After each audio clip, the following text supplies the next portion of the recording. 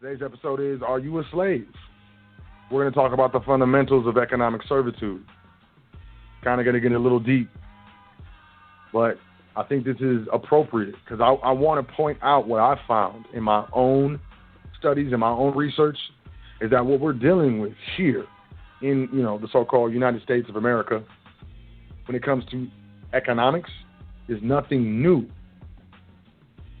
The only thing new about it is, that it's actually being directed or, the servitude aspect of it is being directed towards the entire population. And yeah, I said it. If you use the Social Security number, you're a W-2 employee, I apologize. I mean, no disrespect. With all due respect, you're an economic slave. So understanding the distinct root and maybe some of the little history of it can help us to get a better foundation. And from that foundation, we can push off into a situation where we are no longer under economic slavery. So with that being said, I want to let y'all know, if you're writing this down, I don't know if y'all taking notes. I don't know if people take notes, but I'm going to read. This is June 2003. You can probably find this on the internet. It's called Studia Antiqua by the BYU Scholars Archive citation. It was a citation for the BYU Scholars Archive. The Biblical Studies Commons, History Commons.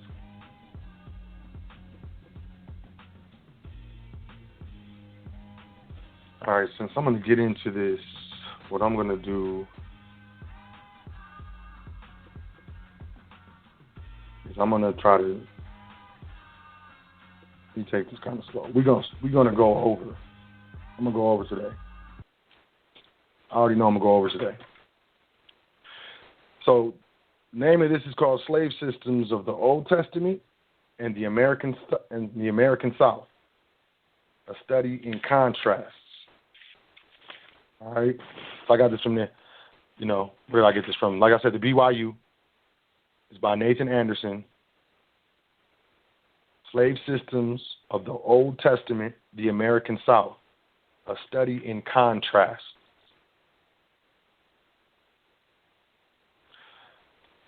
So I'm going to jump to ancient Near Eastern laws. Old Testament texts clearly reveal that slavery existed as a vibrant Israelite institution.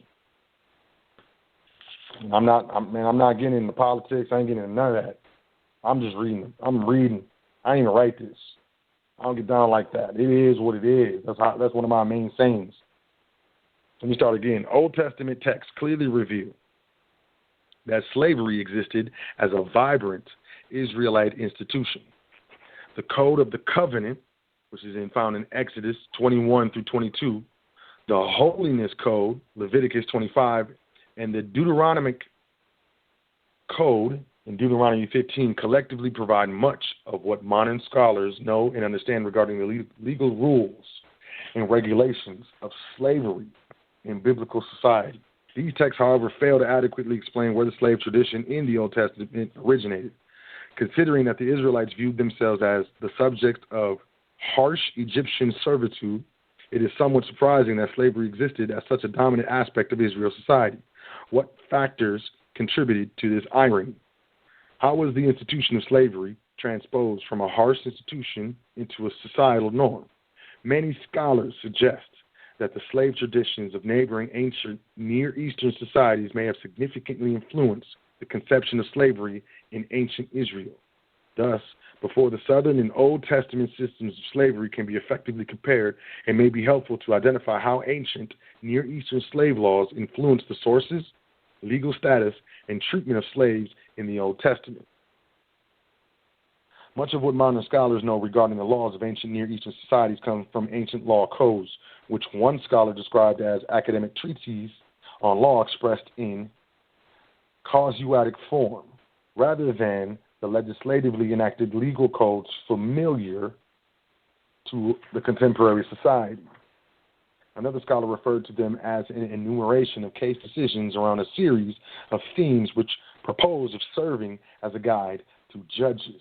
Regardless of the exact purpose behind these law codes, they serve as an invaluable porthole into the legal and societal social world of the ancient Near East, and perhaps help to explain the origin of certain Old Testament slave customs. There are essentially four general ways in which slaves were acquired in the ancient Near East. First, the majority of slaves were most likely prisoners of war, or chattel slaves. Y'all hear about chattel slavery?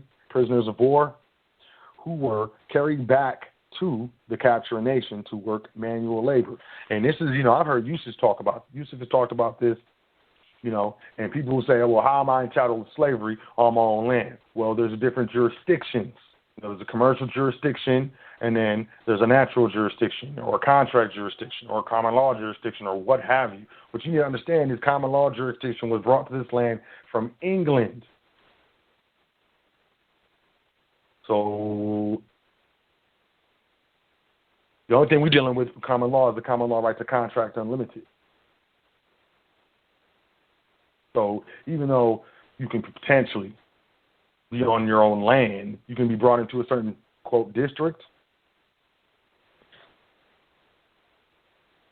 These slaves were often purchased into the service of temple communities, royal estates, or the estates of high-ranking nobility rather than the private households of average citizens.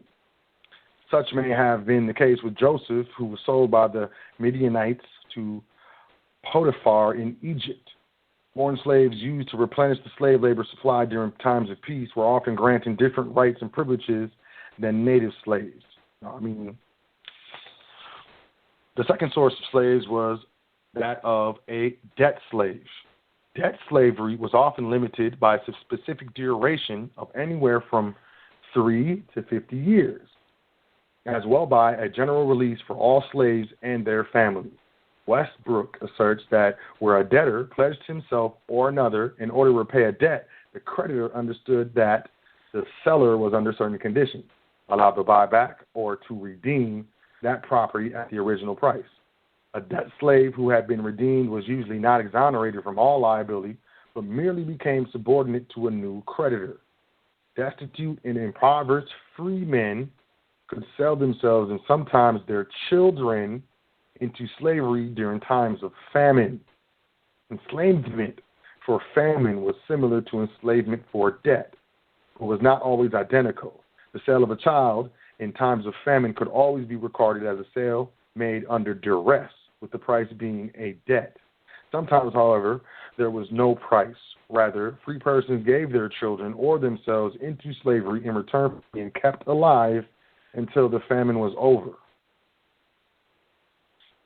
There's a famine of knowledge going on right now. Additionally, a man who lacked inheritance rights might sell himself into slavery in order to secure some form of inheritance upon the death of his master.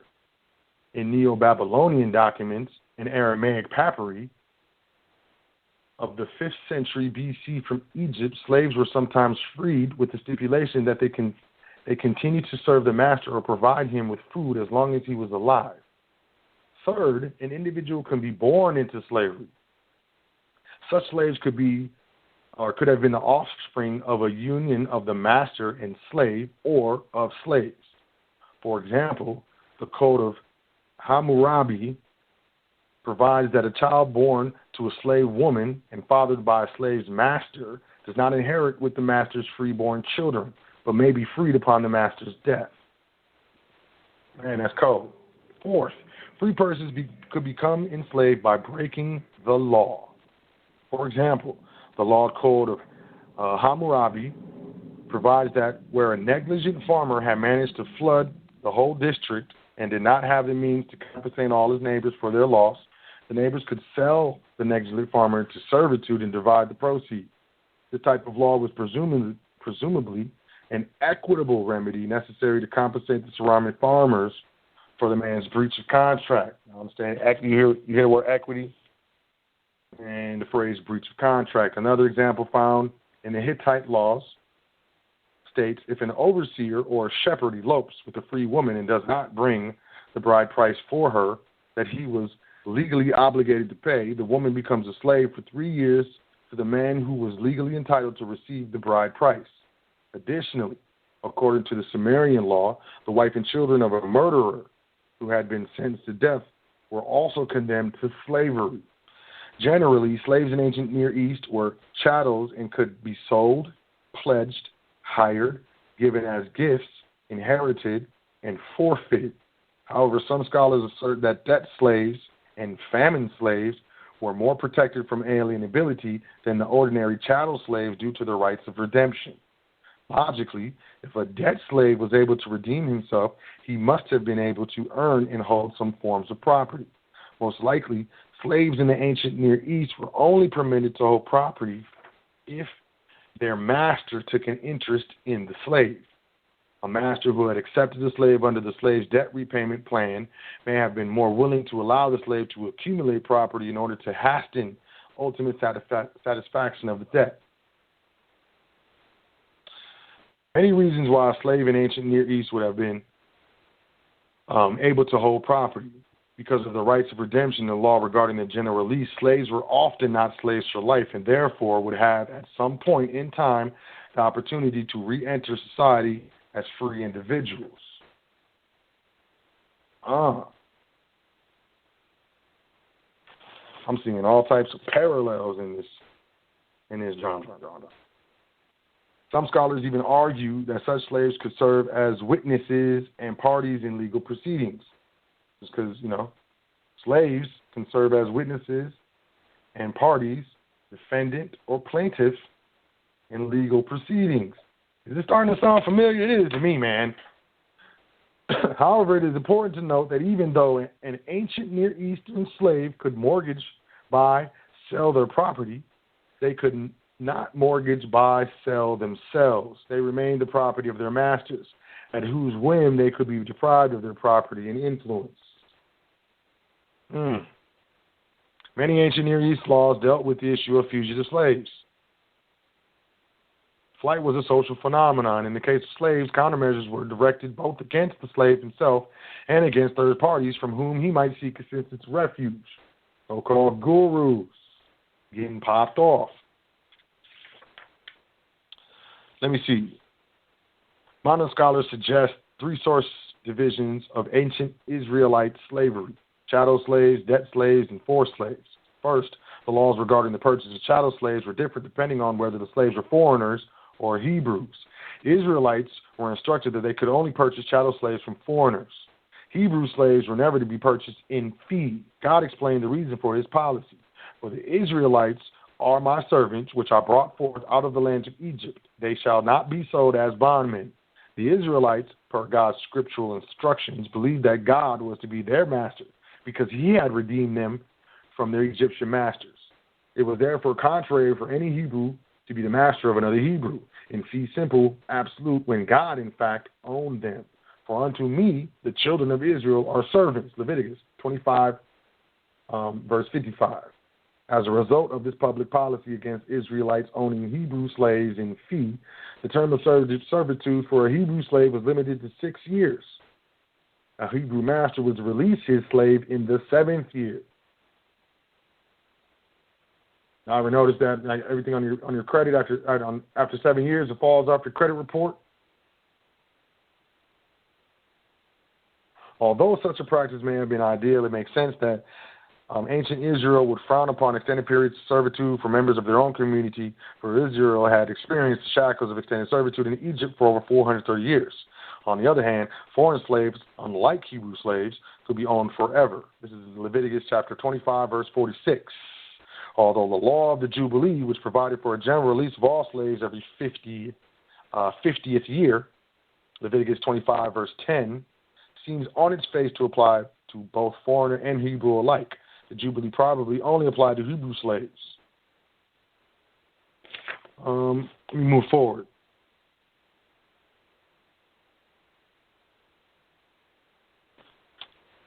The second source of biblical slavery was that of a debt slave. Israelites who became heavily indebted could be forced to surrender or sell children or themselves to appease the demands of their creditors. Scriptural clarification of the law surrounding debt slavery is limited. at best. There is, however, one example of how these laws were applied. This is 2 Kings chapter 4, verse 1. Now there cried a certain woman of the wives of the sons of the prophets unto Elisha, saying, Thy servant my husband is dead, and thou knowest that thy servant did fear the Lord, and the creditor is come to take unto him my 2 sons to be bondmen. Either the borrower or the borrower's son could become a servant to the creditor. See Proverbs chapter 22, verse 7. This type of servitude was subject to the 7th year release provision found in the covenant code, as well as the general release in the Jubilee year. A debt slave could, however, extend his term of servitude beyond the 6th or 49th year for a relationship similar, if not identical, to chattel slavery. Thus, under the circumstances, debt slaves were extremely vulnerable to being forced into chattel slavery. During harsh economic conditions, including times of famine, the difference between those that waxeth poor and those that couldn't pay their debts was probably insignificant. Hebrews would have been forced to sell themselves into slavery for life, a close cousin to selling title to a person in fee simple. I have another source. Let me move on to this other source. So we got debt slaves and we got chattel slaves. I've heard both in the Patriot movement and, the national movement. Once again, that was slave systems of the Old Testament in the American South, a study in contrast. They went on to talk about how they imposed penalties for those who helped slaves get away. They made examples of the slaves who tried to run. And that is really what's going on here when it comes to commerce, as far as I'm concerned. You try to get free from paying taxes or whatnot. See what happens to you. See if you don't be thrown into a debtor's prison with a commercial charge. All right, so next I'm going to go to, this is the practice and jurisdiction of the Court of Admiralty. It's in 3 parts. This is the document. I was looking for this on welcometothefoundation.com. I didn't find it. So what I'm going to do is, if you really want this is like some 400 pages, like a 400-page PDF. But if you want this, email me, admin@welcometothefoundation.com. Just put in Court of Admiralty. You ain't got to say nothing to me. Put in Court of Admiralty, and I will send that to you. ASAParino. But this is, once again, the practice of jurisdiction of the Court of Admiralty in 3 parts. This is an historical examination of the civil jurisdiction of the Court of Admiralty, civil jurisdiction, a translation of the clerk's praxis with notes on the jurisdiction and practice of the district courts, and a collection of precedents. I'm jumping to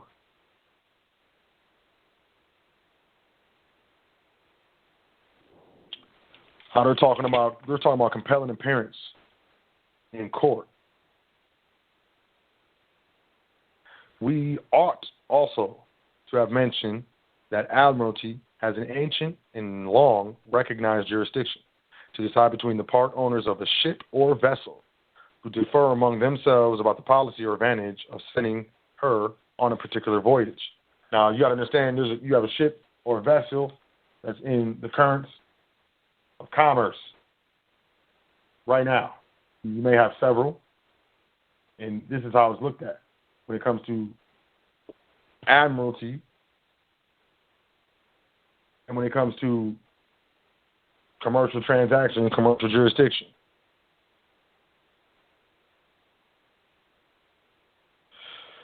Here we go. As the Court of Admiralty, is constituted at present. The greatest part of its proceeding in civil cases is in rem.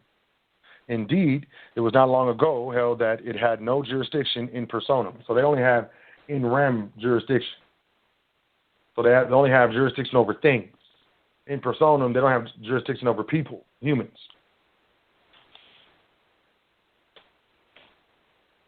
And that question was agitated so late as the year 1781 in the great case of Le Coeur versus Eden. I ain't Frenchman, I don't know. If then, in the reign of Elizabeth, when our author wrote, the jurisdiction of the court and admiralty had been limited as it is at present, his rules of practice would have been particularly directed to the special cases of which it had cognizance.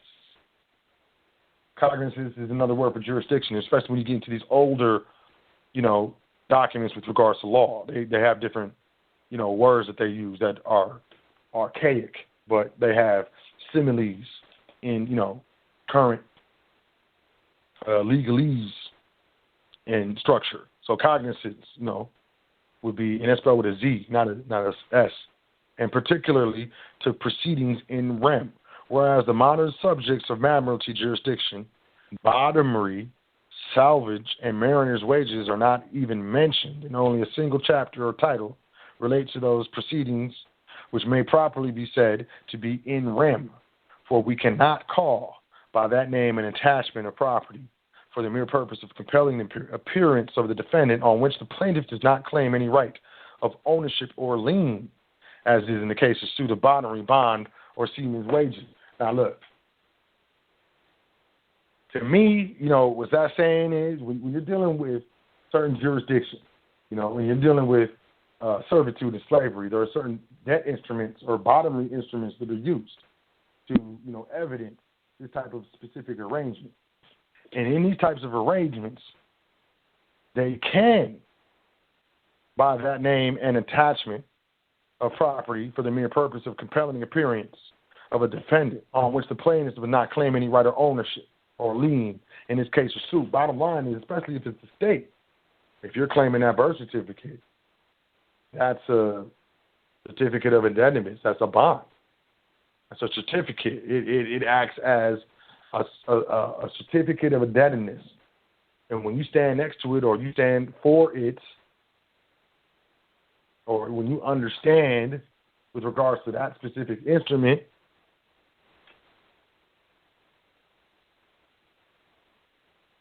what they do is, indeed, it evidently appears that the greatest number of suits which is admiralty then entertained were actions of debt founded upon contract, which were enforced in the first instance. So this is how they first were enforced. By the arrest of the debtor, if he was present, and by attachment of his property in order to compel his appearance if he was absent.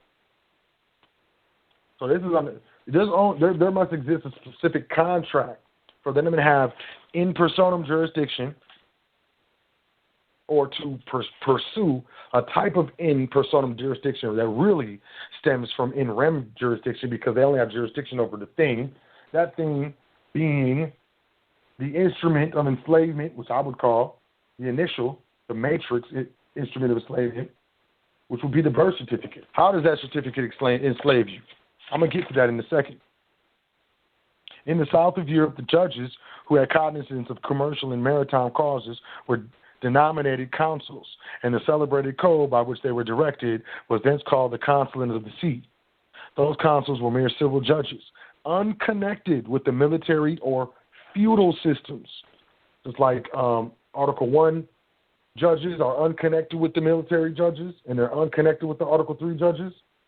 You can have an Article 3 that is sitting in an Article 1 court, but they're sitting in an administrative capacity. A lot of times you'll have, court reporters, clerks, and so on, address them as administrator in that specific proceeding. That's because it's a debt proceeding. And but in the North, where feudality most flourished and where the judiciary power was considered as necessary, an appendage to the military grandeur, the constable, who was at the head of the land armies, and the admiral, who commanded the naval forces, could not consistently with the dignity of their stations be without a portion of the judicial authority, while every petty baron had a court of his own. Let's say every petty baron had a court of his own. The constable therefore invested his lieutenants, as the barons did their stewards, with the power of deciding on all matters and the differences which arose out of the wars, and the jurisdiction over maritime affairs naturally fair to the share of the admiral. His court was established on the model of the consular courts, and those maritime contracts which are regulated by the consulate of the sea. That must be French. Consolato de la Mer. And the laws of Oleron. Y'all should look that up. The laws of Oleron. We're understanding what we're dealing with in this commercial system, which I would definitely equate to a commercial slave system.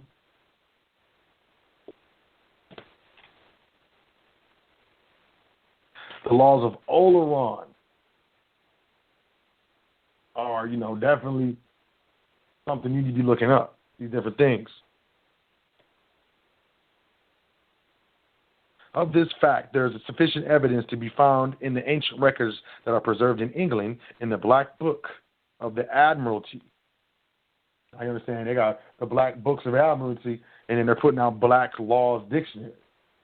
Henry Campbell Black. Among these is an ancient statute of King Edward I, by which he ordained, with the consent of his barons, that the stewards of the courts should not hold the plea of anything concerning merchants or mariners, whether it be on charter parties, of vessels, obligations, or other deeds, even though it should be under 40 shillings. Otherwise, they should be proceeded against by indictment. And if found guilty by the jury of 12 men, they should be imprisoned at the discretion of the Lord High Admiral. I mean, man. Man, oh, man.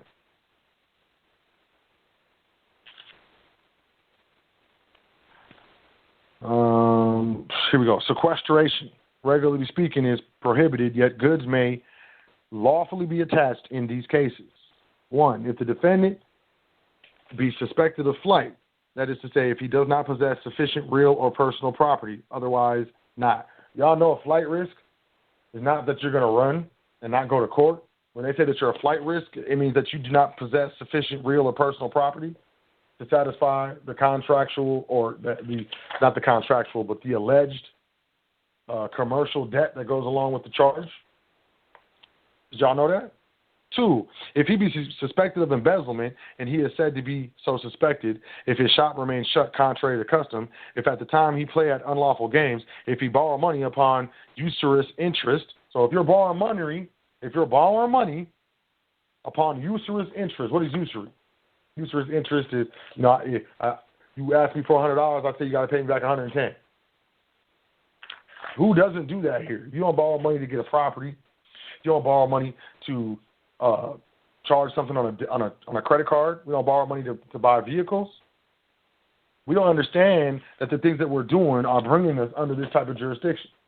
We don't understand that the things that we've done ourselves in conjunction, in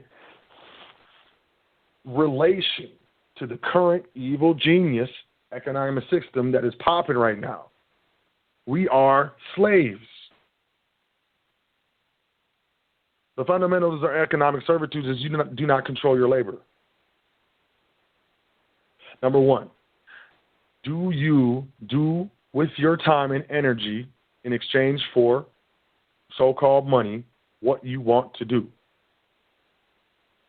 Or do you do what you do not want to do? To me, that is a condition of economic slavery. Anyone who has a job that they hate or they don't like,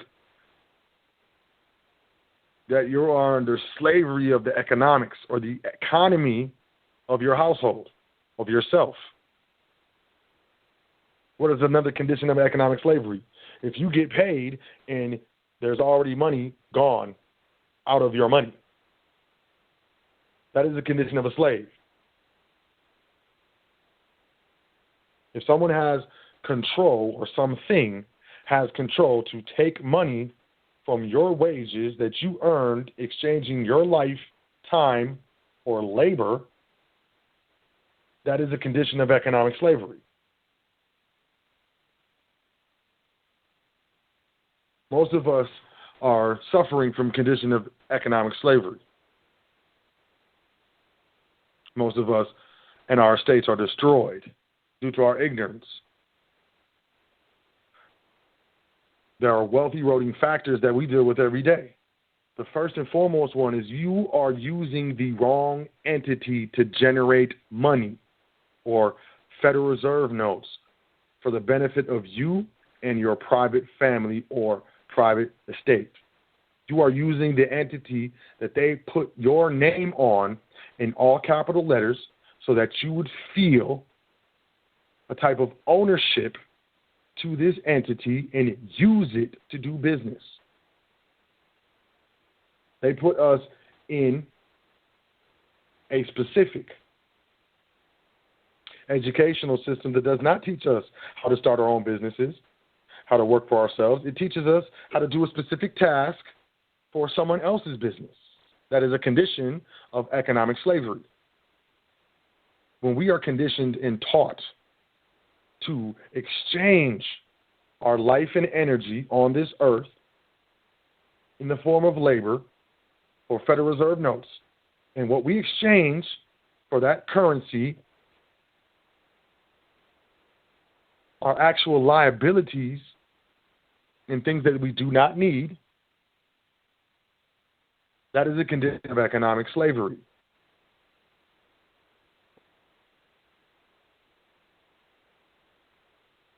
If we look in nature, if you look at the courting of a male bird and a female bird, the male bird usually makes a nest. They got to entice the female to get to the nest.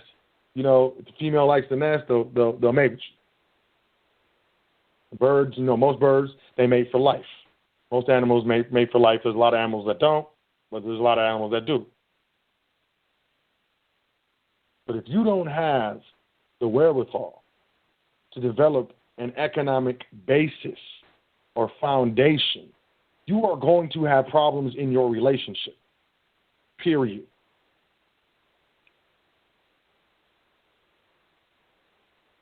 Those with serious relationship problems, that's a condition of economic slavery. And not to say, though, wealthy individuals do not have relationship issues, but they just get in divorce. And they move on. A lot of times we're stuck in the situation that we're in. He's on the lease. You know, she's the mother of my children. We can't afford to split the family up. It's going to be a lower quality of life for the children. I mean, there's a lot of different factors that limit our lifestyles and quality of life due to our economic servitude. We don't produce. That is a condition of economic servitude. We don't produce goods and services.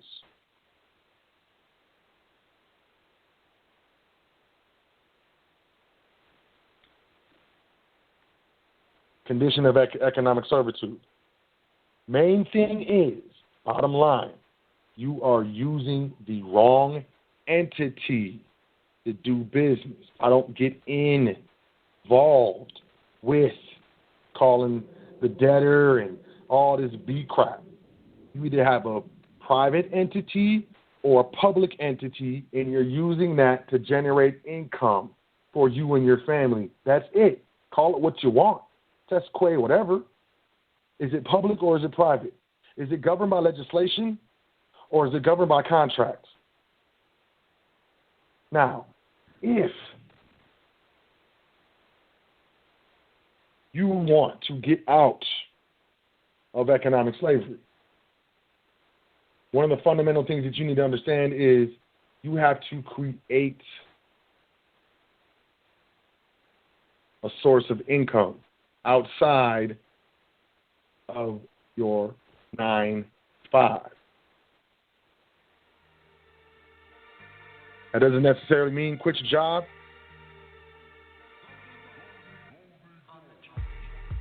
It may mean that you got to work 2 jobs, essentially. One of the jobs you're not getting paid for yet.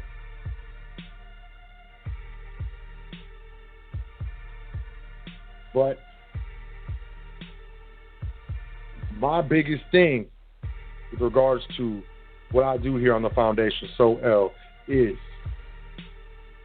to be a catalyst for those who want to very bad, just don't know how to, become self-sufficient, transition to the private, and actually do business with private entities in the public.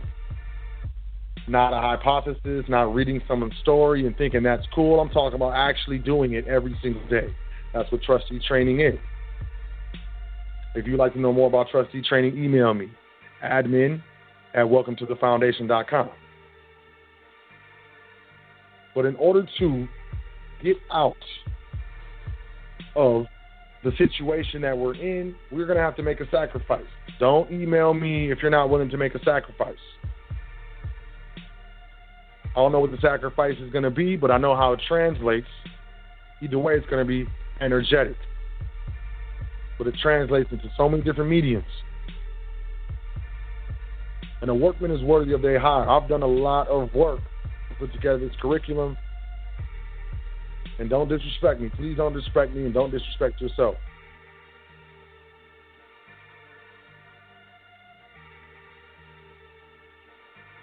The way to get out of economic servitude is to be able to title your property and your earnings in the name of an entity that is not regulated or legislated by any government, state,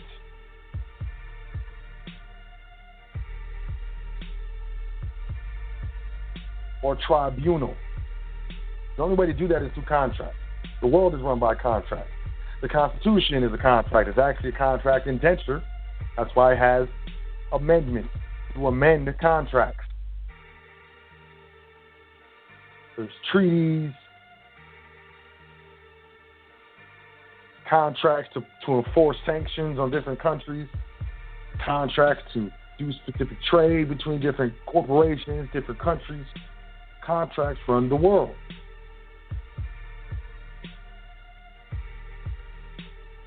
And if we can understand the importance, the validity, and the power of contracts, you won't do anything else. Let me tell you something. I'm private, all right? And I transitioned to the private. And the last of my it took 2 years for me to fully transition because I had a lot of assets. I had a lot of different affairs that I need to organize, retitle, so on and so forth. But I was finally able to transfer 100% private as far as I'm concerned. I would say January 1st, 2018. All right? Now, I love nerdy stuff. You know, I own a technology company. I just started to create a fund. You know, I'm going to manage money. I've had people send me money. They want me to manage their money. At first, it was kind of weird. Now I understand. I'm good with money. So I accept that fiduciary responsibility. So I went to, you know, a fund, you know, think like Charles Schwab, you know, Fidelity Investments. And I went to open up a brokerage account so that I could, you know, there's some specific mining stocks and some commodities that I am looking to get this fund into ASAP, because I see what's going on with the, you know, the global economy. I see what's going on with the geopolitical, you know, nature of what's going on, and I see these different sanctions. I just see, you know, hey, there's money to be made. That's all I'm saying. So, you know, I'm getting into certain specific mining stocks and commodities. I'm not getting into any real stocks. I might grab a share of Tesla or something just for fun. But beyond that, economically, I'm a very prudent individual. Bottom line is, I'm gonna drop some jewels, man. So when you're dealing with the public and you're dealing with trust, you gotta understand the public. What they understand is state-created trust. You know, they went to a state school with state education. You know, they went to a state university. They got a job in the state. That corporation, even if it's Bank of America, whatever, they have a bank charter from that state. So those banks they fall under state legislation, and then they fall under federal legislation because, you know, they're federally insured. They're federal banks, or not federal banks, but they're federally insured banks. So they're part of the Federal Reserve System. You know what I mean? So more often than not, they're dealing with, you know, these types of entities that are drawn up by attorneys, state attorneys, who have a state bar card, who have the duty is to the bar first, and then to the public, or to the public first, and then to the bar, or however you want to look at it. I don't care, you know. But I'm private, so you understand what I'm saying?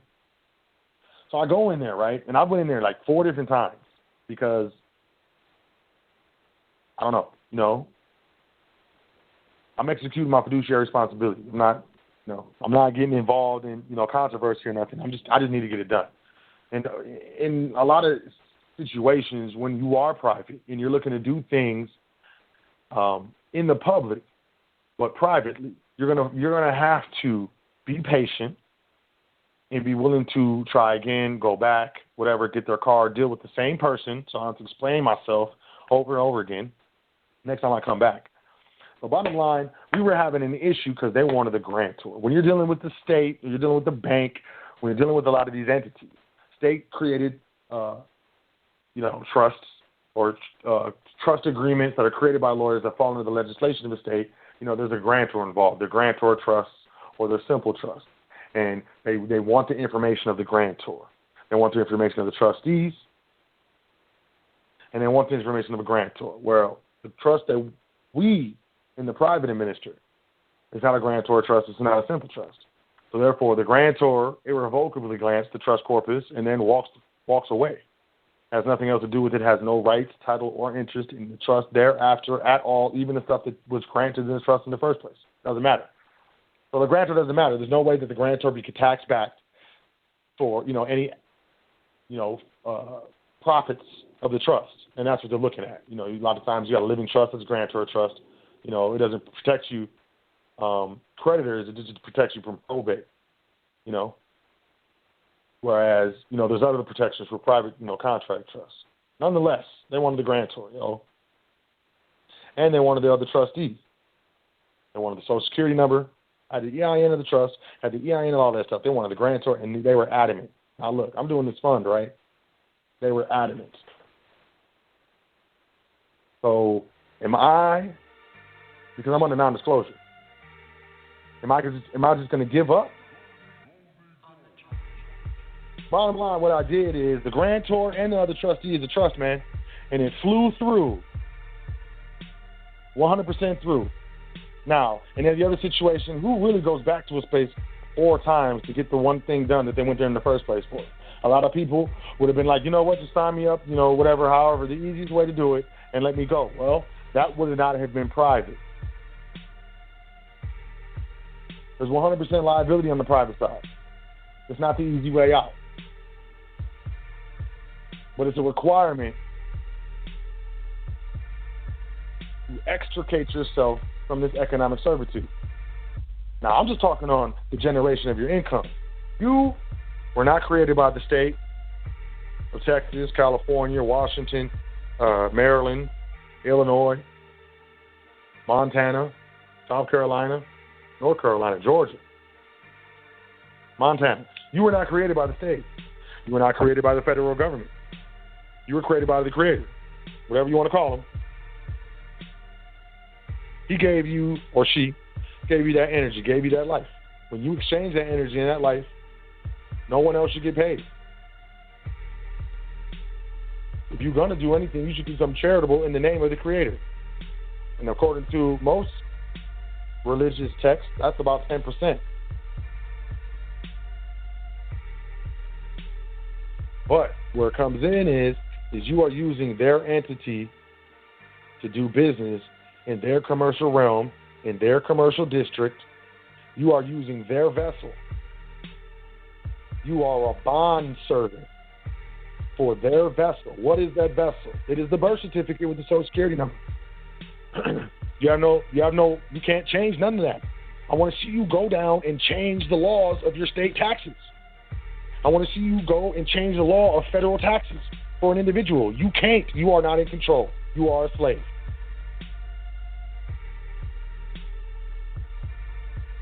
And until we understand this, 100% economic slavery, servitude,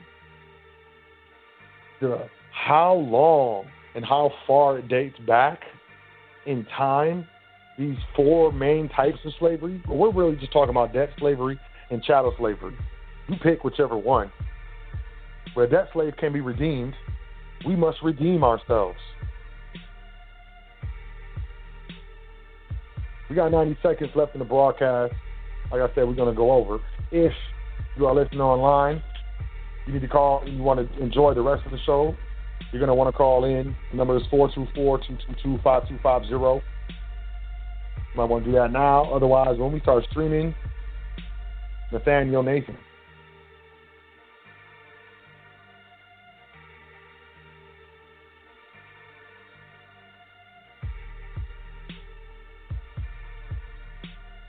There are all types of institutions, commercial and otherwise, government institutions, that are benefit from the ignorance of your economic position.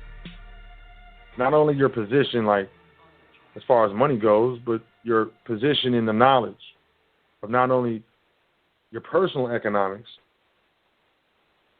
and the microeconomics of your community, but more the macroeconomics of the entire global systems. It's based on bond servant. You're using that entity. You're a bond servant for that entity. If anything happens, that entity does anything, you do anything in the name of that entity, you will be held liable. So, under the jail.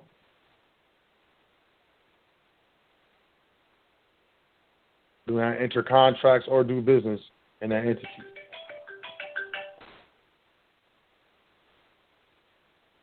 Fundamentals of economic servitude.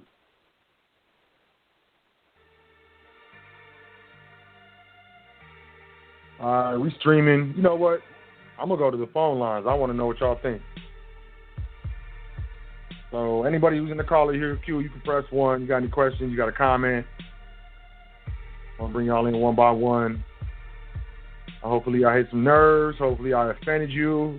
You know, a lot of times, you know, we got to get angry before we can get in the proper mind state to make any type of distinctive change. You understand what I'm saying? I'm your brother. I love you. We're going to argue times, cuss each other out. We'll make up. We'll be cool. You know, I ain't do nothing drastic. You know, I ain't steal your, steal your girlfriend or nothing. I'm not a thief. You know, I ain't steal none of your gold or silver. I ain't slander your name in the public. I just, brushed on something that maybe didn't feel too good. But it's all in love. You need to understand what's going on. Press 1 if you want to holler at me. I'm going to go to the first caller. As long as this thing works. All right, first caller. Hope I haven't been talking in air. Can y'all hear me? 424-222-5250. Oh, wait, we're streaming. Never mind. 908-0419. Once again, 908-0419. Peace. What's your name? Where you calling from? Well, on the one hand, I'm kind of pissed you called me a slave, but on the other hand, I'm sort of grateful that... Did you just tell me how to start a bank?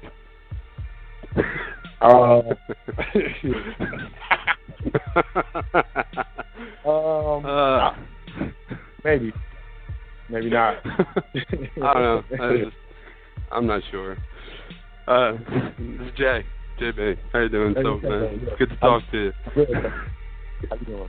I miss your background music. It has. I don't know. I just remember the show was on tonight and it was like sitting at the desk. I was like, hey, let me see what he's talking about. And what's funny is like I have like this book. It's Babylonian and Assyrian Laws by C.H.W. Johnson. It was like copyrighted in 1905 it was privately printed for the members of the Legal Classic Library. And yeah, this backs up everything you were saying. Yeah, I mean, pretty cool. You should email me that. I'm gonna grab that. But I mean, everything I've read from the clerk's practice, the shoots and chancery, I mean, all this old school maritime stuff. It's all the same. They changed the words. Yep. I think caution is a warrant. I think so. They got all types of stuff that they changed around, but I mean, it's all the same stuff, man. It's nothing new. There's nothing new under the sun. And it makes me feel like kind of stupid. It's like, man, it's been going on for thousands of years, and I'm still not hip to it. My father wasn't hip to it. My grandfather wasn't hip to it. My mother wasn't hip to it. But, you know, we all got to wake up sometime. Right? I mean, I also want to shout out on the line anyone listening that, like, you know, I've spoken to Sot before, and, like, he is definitely, like, a mentor and a friend who's, I don't know, helped me and guided me beyond measure. So, you know, I want to put that out there. Hey, man, I appreciate that. That's what's up. And I do my best, man. But yeah, but no, I like you know, I love the topic of the brokerage houses with their FDIC accounts, so they can hold the nominal funds of the client. So it sounds like a quick way to. I was just trying to. Jay, I was trying to throw it like under. That was like a low curve ball, and you just hit it. I got to everybody. I be stepping on nominal fun. I want to let you know, like everybody, every single show I step on 2 toes. And a lot of times it's real subtle, but yeah, you picked up on that. I see you. Yeah, well, it's funny because, like, in you know, the financial dictionary, I think we talked about that it whole life insurance is covered under all that stuff. That it's all just, it's just another form of, it's a whole life insurance policy on a bank account, I think. I don't know, maybe. Maybe. If it's, yeah, I mean, it's, you know, hard to tell these days. I mean, you could take one out on any person, I suppose, or for any person. So, the only situation is that they need to have a Social Security number. You can't get life insurance with a Social Security number, so, I mean, and that's another thing, you know, all these people out here, you say, rescind the social, rescind the social, rescind the social. It's a trap. Trap. Well, you know what I think? I find, like, I don't know if you agree with this, but there's certain information that I feel like has been out there for a while. It's the popular whatever secret information, and it seems to me that, like, anything that's, you know, anything rebellious that's allowed to stay loud and rebellious, maybe that's a trap. Right. Yeah. Like, they gotta let you. Yeah. Oh no, go on, man. I'm sorry. I mean, maybe it's catchy. That's all I was gonna say. Absolutely. You know, maybe that's catchy. Yeah, it's like if you're being allowed to know something you're not supposed to know, supposedly, then maybe someone wants you to know that, so you don't know something else. It's, what's it called, a red herring? Something like that. Yup. And then your market gets hit with a black swan.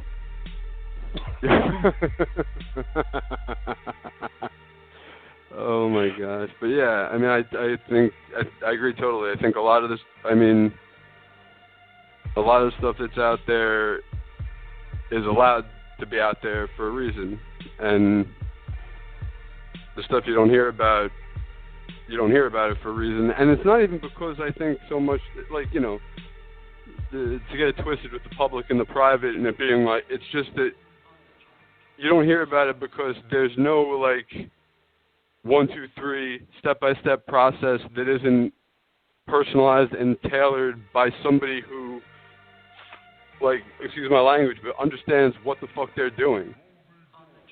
And, like, you know, we could talk about stuff right now that, like, you know, no one's going to know what the hell we're talking about unless you put in the work and invest. You know, even the idea of, like, you know, you said, like, people spending their energy, getting their education from you or anyone, we shouldn't even call it spending, and you're investing. I mean, that's an investment. That's like money or value well placed that, if you're patient and diligent, will come back tenfold at least. So it's not even, I don't even think we should look at it as a matter of like spending something as if we won't get, like spending energy we will not get back. You're just investing that energy in a place where it'll do something for you. Just my take on it. Yeah. I mean, you gotta do something different if you want different results. It's almost too simple. Absolutely. But I mean, and consistently do something different if you want different results. I guess that's what's left out a lot, you know?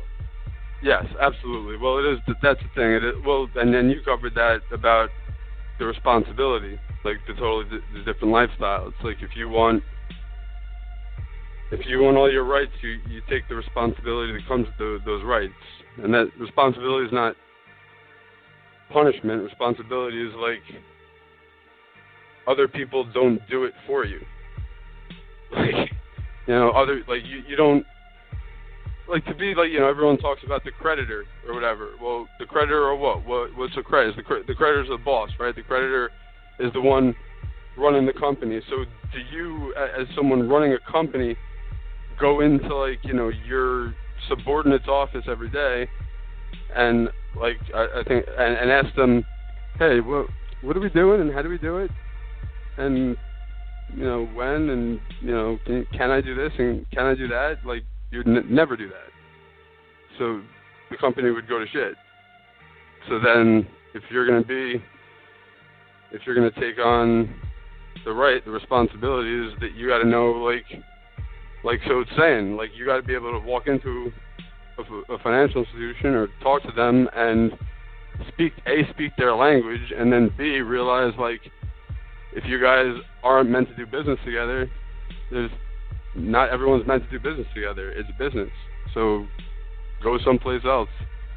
Like, you know, and talk to, and that's like but they're not going to tell you what to say to them or how to say, like, you're making a deal. And then, you know, when you're dealing with certain agencies in certain ways, if you're taking the position of the master and a master-servant dichotomy, then the master doesn't ask the servant's permission, nor does the master ask the servant how to tell the servant how to do his job.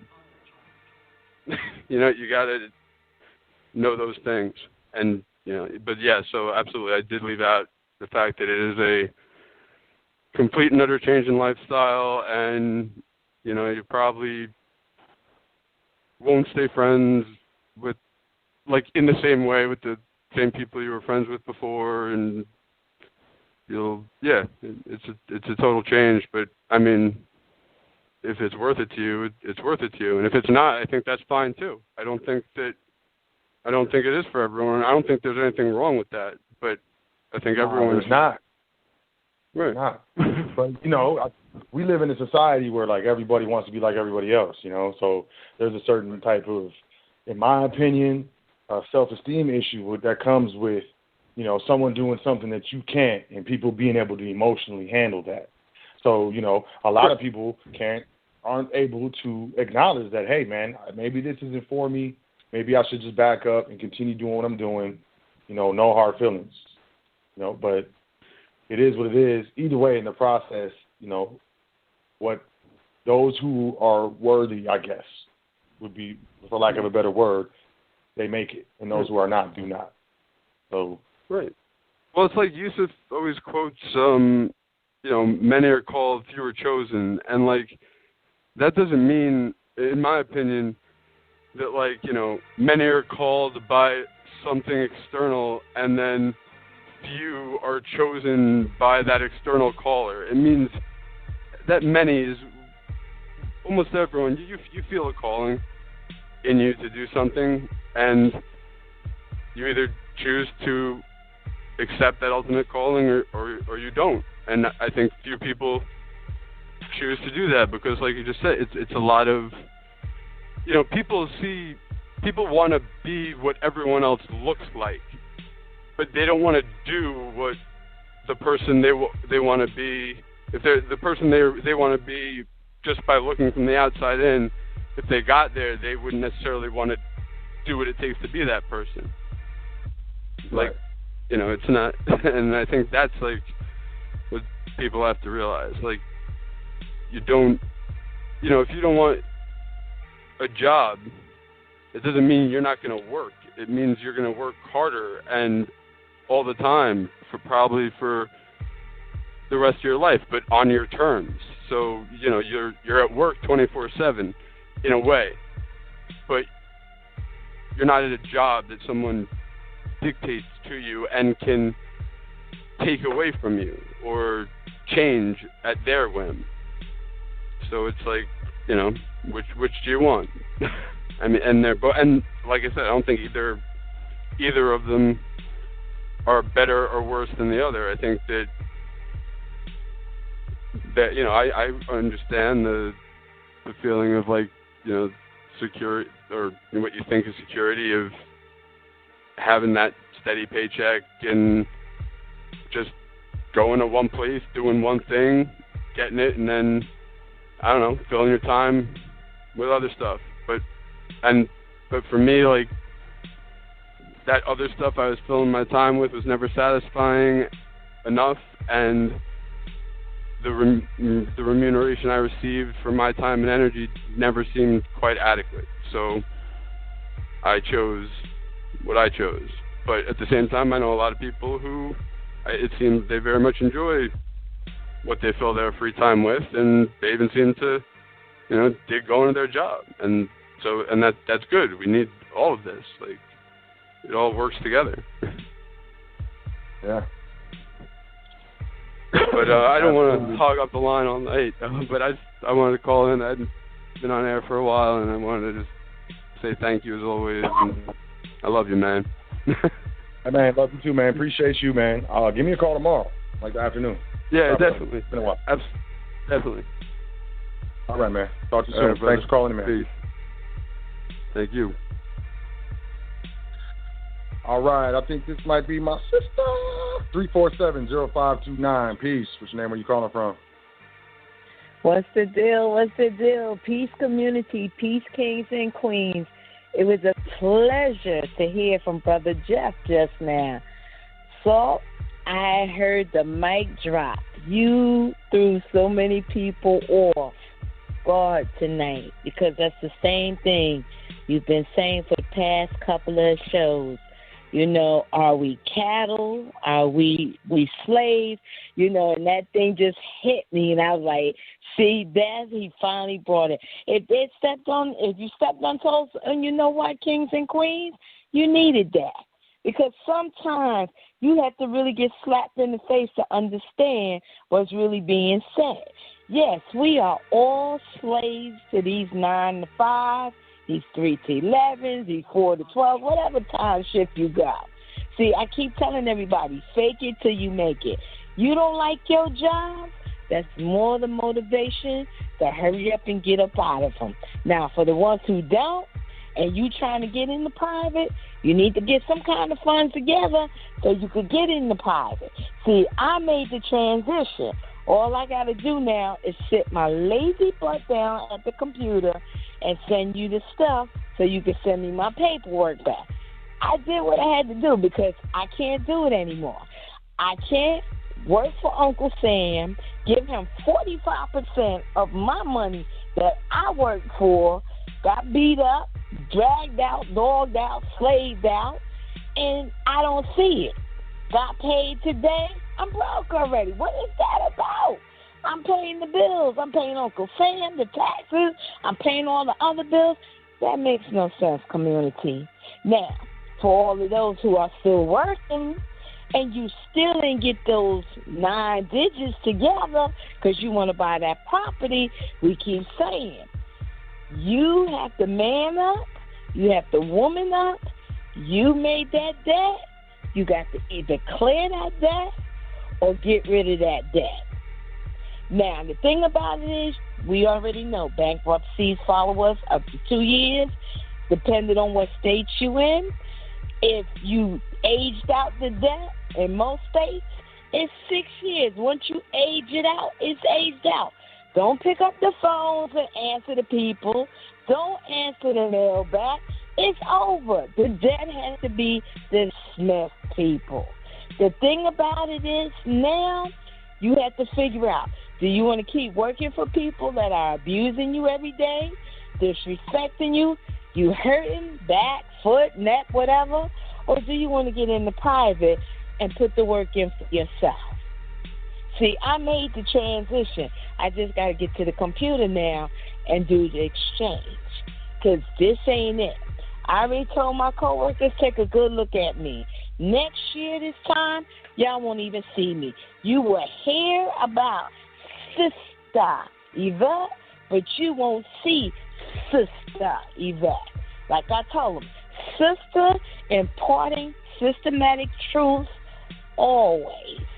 I don't have time. Speak of truth, seek of truth. You keep giving the community the right things, because eventually, if they didn't catch it, because I caught it last week, you dropped the parable.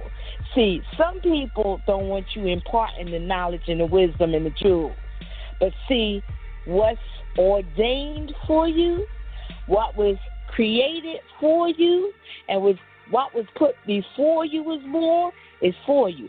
Can't no man, woman, society, entity, or whatever take away. They can try.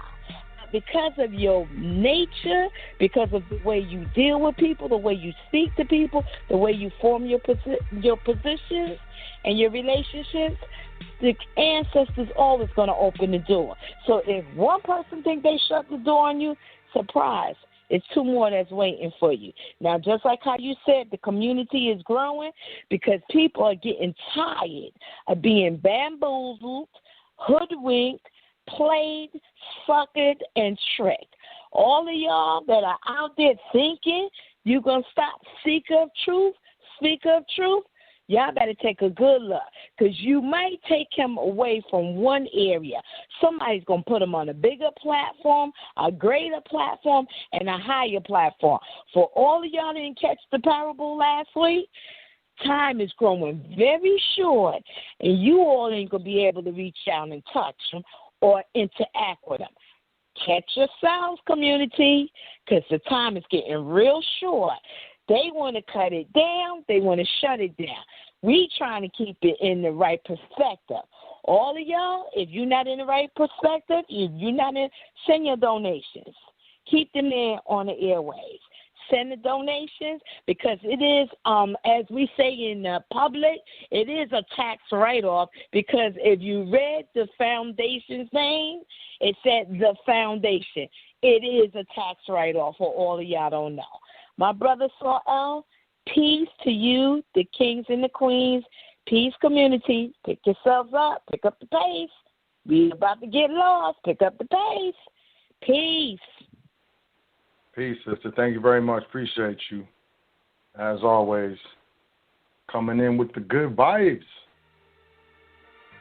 That is the one and only Sister Yvette. Moving to the next call. Area code 805-0090. 805-0090. Peace. What's your name? Where you calling from? Hey. Yeah, peace, man. My name's Ivan. I'm out in California. Oh, peace, man. How are you? I'm pretty good. Just kind of shocked that I actually got on the line, but yeah, I'm doing good. Yeah, I was listening to you talk about, the private and the public, and yeah, it's good stuff, and for myself, I've been, I just November of last year, so you can get a perspective of who I am and where I come from. I ran into Corey P. Smith, and then from there I just went deeper in the rabbit hole, right? They opened up a can of worms after reading his book and, what he's done. So I just fixed my credit, and I went from, 500 to, right now I'm up in the mid-700s. So just, right now I'm just trying to invest and not work the 9 to 5, so I'm kind of fed up. I'm tired. I wake up every morning just, don't even want to finish the day. I mean, I want to finish the day. So, yeah, and watching Yusef L. Yeah. You know, I like what he's doing. He's talking a lot, and you know, I've been wanting to just get some money. You know, get some funding, some money, and I think I sent you an email to you. It was to the foundation, right? I know you guys got a website. So yeah, just trying to get any lenders you recommend. You know, I know it's kind of a quiet thing, right? You guys you don't want to put them on blast if you do know. Oh, I mean, you talking about like credit funding? It doesn't necessarily have to be credit. It could be, you know, personal loan. It can be a loan, credit. I already got a credit card. You know, I'm not trying to get like a bunch of credit cards. You know, I see a lot of people promoting that, but yeah, you know, just getting some money so I can get into real estate investments. So either next week or the week after, I'm gonna have a guest on the show, and that's his credit is his specialty. So, you know, funding, credit cards, loans, restoration, you know, all that stuff. You know, the three parts of credit. I think is what is it? Restoration, funding, and I can't remember the other one. But I'm working out right. Trying to get him to come on the show, and that's what he does. It's his business. So I would just say, give it a week or two. Check out the show, listen to the show, and we'll put his information out, and then you can hit him up. But I'm working on that right now. I know credit services are required. We really need them in the community. So, yeah, I'm definitely working on that right now. That's in the mix. Appreciate it, man. Appreciate it. I'll definitely keep an eye out for that. Yeah, that's all. Well, yeah, and I want to throw a little something out there. Yeah, there's this guy on the internet, and I want to look. He hides his face all the time, but I guess for security purposes. It's called a trading fraternity. You know, I was part of that for a little bit, but the guy kind of he's big on private equity, right? Yeah, there you go, private equity. He says that's where all the money's at. I don't know if that's what you're talking about, right? Private on the private side. Is that similar, or can you elaborate on that? Well, the private side is something totally different. What I'm talking about is more public credit, debtor credit, and business credit. So business credit. Okay, I see. Yeah, I know what you're talking about, but this shows the foundation. So I deal with foundational information and principles when it comes to economic independence. So I don't really get into or any stuff like that. But check out the show, next week. Get in contact with my guy. His name is Tehran. And then if you want to, email me at admin@welcometothefoundation.com. Maybe we can, maybe we can talk about that in the private. Yeah, sure. All right, man. That's all I wanted to say. Appreciate it. And you guys have a good night. And thank you again. So take care. Great. Thank you. Thank you. Yeah. Have a great night, and I'll talk to you soon. Peace. All right. All right, area code 718. Look at all these callers. I think it's all these callers. I'm just letting y'all know I love y'all, but nah. 718-8092. 718-8092. Peace. Which name are you calling from? Peace, Joel. This is Darryl. I'm calling right now for Five Town. How you doing? How's your family? Everything is good. Everything's all right, Joel? Yep. How you doing? That's good. I'm all right. I'm okay. I'm just making it. Was out with the little guy today. That I'm not gonna fake it till I make it. I don't believe in faking moves. But anyway, from there, everything is okay. And you all right? Yes. No complaints, man. Everything. That's good. That's good. Well, I'm calling. I'm okay. I'm just calling in and let you know everything's all right. And I'm gonna let you take the next caller. Yeah, and I'll be talking to you next week. Yep, good to hear from you, man. Appreciate you too. Love you to talk to you soon. Always a pleasure to hear from you. All right, peace. All right. I'm gonna take one more call. What's all that, Brian from the Bay? What's good, man? What's good with you? Hey, peace, family. How you doing? All right.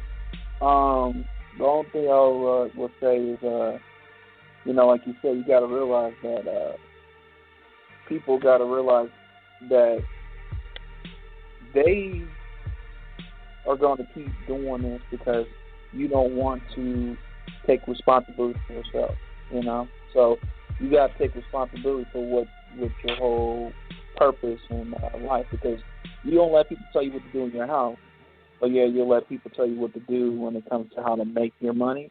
And even if you do got a job, just realize, keep that and till you could go somewhere else. Or if you like it, just understand that, but to also work in getting yourself in the private foundation, because you could use the public to be able, to get to use the public to be able to build your private foundation or your private, trust or whatever. So the whole thing is you gotta, look at how things are going, because personally I feel is that we are like, how you get eggs and stuff and they be like, oh, these are free range eggs. I mean, that's what people are right now. They're free range. You're free range. You think you're free, but you're not free because you're not willing to do what it needs to be done.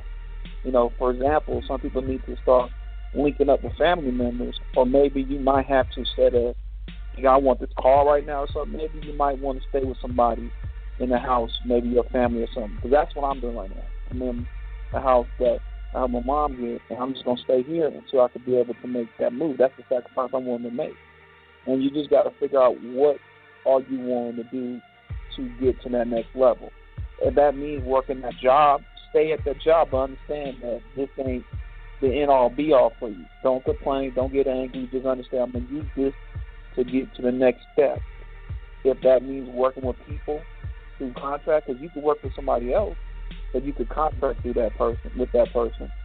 Or you can start building your own thing, but understand that it's going to be a hard road, And for that other brother, the one that was talking about the credit and stuff, the only thing I would say to him is, when you're doing that process, one thing I did for me is I wrote what the things I was planning on doing if I was able to get some type of funding. Because you don't want to get into a situation where you're just trying to get these funding and you have no clue what you're going to do with it. First thing I would suggest is that when he comes to that point, if he wants to use that method or something, is to understand, the difference, which it sounds like y'all did because he listened to Corey, read that man's book, I read it, but to understand that, like you said, that is their entity, they made it, the debtor's not you. Once you get that, and then you got to think for your family. Do not think as an individual. That's what they got us thinking right now. If you break it up, it's like the word to me, and I heard other people say it too. I ain't gonna say I'm the original person who said this, but if you look at it, it's like divide you off, because you divide yourself thinking that it's all about me.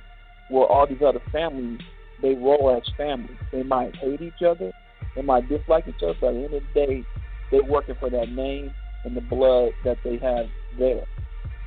So, and then, you just got, like I said, you just got to start looking at it. If people want to marry, contract with each other. Because you could go look at this type of marriage contract.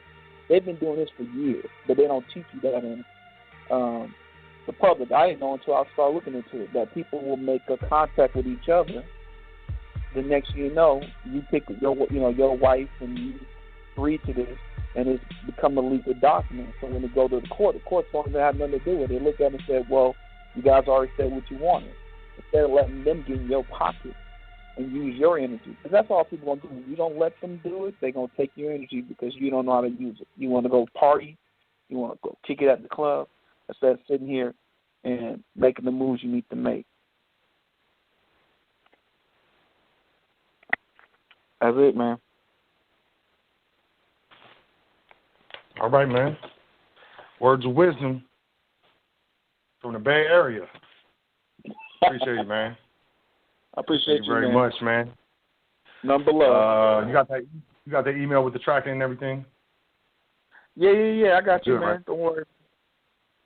All right, man. You be safe. All right, man. cool, man. All right, you too, man. Talk to you soon. All right. Peace. Oh, I see Coppertone Bay. Peace, family. How you doing? Yes, indeed. You already know, family. Doing well. I'm speaking to you. You speaking to me. What more can I say? Give thanks to the Creator and the ancestors, you know what I'm saying, and what have played the way. You know what I'm saying? Definitely well, let them know that we're here to carry on the great works. So I just want to say in reference to doing business, so you know, I know, we know that you can't do business in somebody else's name. You can't do business in another man's name. I mean, if another man put you on something and then say, this you, and then you're going to say, okay, this me, and then maneuver within that, you know, you got to recognize you didn't create that, family. That's just what that is. You know what I'm saying? And we got to accept that in order to know how to properly approach and address a way of doing business. I mean, this is the way the ancestors did it as well. And that's another reason why it says, honor thy father and thy mother, for our days will be long here on earth, as it is so in heaven. But if we're not honoring the ways of doing business and commerce with the ancestors, I'm just being real. You know, I had a chance to sit down, talk to some individuals, and actually see where everybody's hearts, minds, and interests and intentions are. So, you know, yeah, just want the family to know that, you know, you want to keep trucking and doing what you're doing, but you might want to have it your way, but your way, you know, may not work. So let's just try not to reinvent the wheel. Let's first identify the wheel and the functions of it. You know what I'm saying? And properly do business in our name. You know what I'm saying? Let's do business in our new name. You know what I'm saying? You want to go back, take care of something else on the fictitious? Cool. You know what I'm saying? We get that. But that's what it is, though. You know, put your energy into your new name. You know what I'm saying? It's like a rebirth. You know what I'm saying? So that's what it is. You know, you want to get baptized again. You want to rebirth. You know what I'm saying? Relive. Get yourself back. Revived into doing business and commerce. You know what I'm saying? Let's do it. So and that's another thing too. The series of the matter that I'm looking at too. So I'm looking deep a little bit more than the crystal ball. You know, and I'm seeing that certain ones don't, you know what I'm saying, tighten up soon and separate and state and claim, you know what I mean, your place here, it's going to be difficult to do business. I mean, we want to do business with our people, but if you're still attached, so to speak, you know, and you're being controlled, then that's going to limit or going to actually deter us from it, you know, doing business. And we know business is based upon relationships. So, family, I want to have a relationship with everybody, a good relationship with all my people. You know, divine services. But if you're attached to something else, and you know you are, and you didn't got comfortable with that, then you know, family, we got to make a move. We got to build here. You know what I'm saying? These are new beginnings, transgenerational wealth. Let's pass it on, protect it, preserve it. You know what I'm saying? Y'all still the same. It's the same. Same with the vault, same with the foundation. That's what it is. You know, so to give thanks though, man, I just want to say, let's just do business in our new name, and let's continue to do business and create. You know what I'm saying? Minute we can manage. That's what it is. So, but I ain't going to hold you. I'm glad to speak to you, bro. Got some things I'm working on as well. And I'm going to share it with you, but I want to make sure I get out my T's crossed and I's dotted.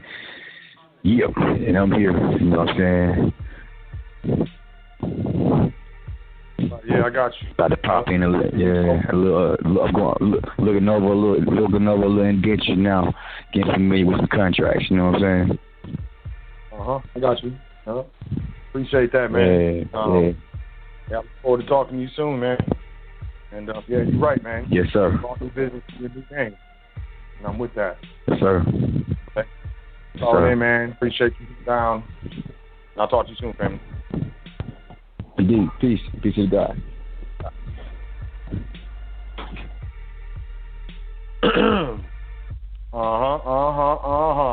That's it. I love y'all. I mean, there's more callers. Maybe I was playing favorites. Maybe I wasn't. But, hey, welcome to the foundation. So that's it for me. So, L, I want to say thank you for checking out the show.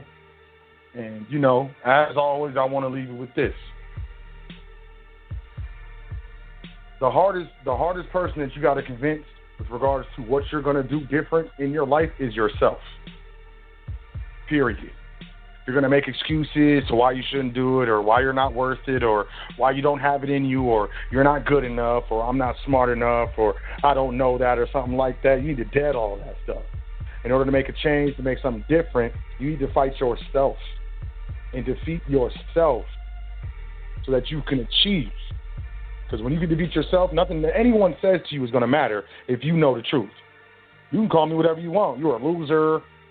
You're not talented. You don't know law. I'm going to giggle at you.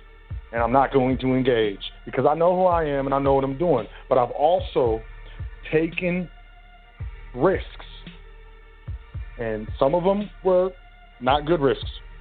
They were bad risks.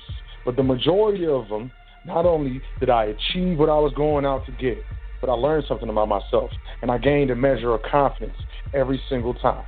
And that type of confidence is from your little and large and medium-sized achievements stacked on top of each other. So when you think back in your life, how many things that you wanted to do, that you really, really were passionate about, really wanted to do, that you talked yourself out of, or you let someone else talk you out of? That's not being honorable to yourself. That facilitates economic servitude. So if you think in your mind that you're not working, you can't do it, then it's easier to control you and have you doing what you're taught and told you can do. I don't accept that. I don't accept that. I don't accept that. And I hope you don't either. I trust that you will take care of yourself. I trust that you're taking steps to enjoy yourself. I trust that you're appreciative every day, that you get up every day at least naming off 10 things that you're thankful for. And before you go to sleep at night, you name 10 more things that you're thankful for. And make this a habit. And if you do this every day for 30 days, you will see the difference in your mind state, your capacity, and your overall emotions. And I guarantee you will continue to do it. Stop looking at the bad and start creating and focusing on the good. I love you. This is why I do it. I want to see you succeed. We all want to see you succeed. No one wants to see you fail. But a lot of times, in order to deal with watching you fail, I have to talk bad about you and make you lower than me in my mind so I feel better about you failing. And that is a sign of emotional immaturity. And I have been in the position and, been guilty of doing that. But the bottom line is, if you believe and you begin and you stay consistent, you can become. And if I can depart or impart any type of inspiration, please let it be that. I'm not putting anyone down. I'm not talking about anyone. Where I am just like you, and I am no one. I love you. I want what's best for you. I will you the best. I wish you the best. And I'll talk to you soon. Keep studying. Keep making moves forward. Keep pushing. And I'll see you at the top. Appreciate y'all. I love y'all. Enjoy yourself. Take care of yourself. Kiss someone you love and hug them real tight tonight. Peace to the gods. Doing this thing all the way live. High Frequency Radio.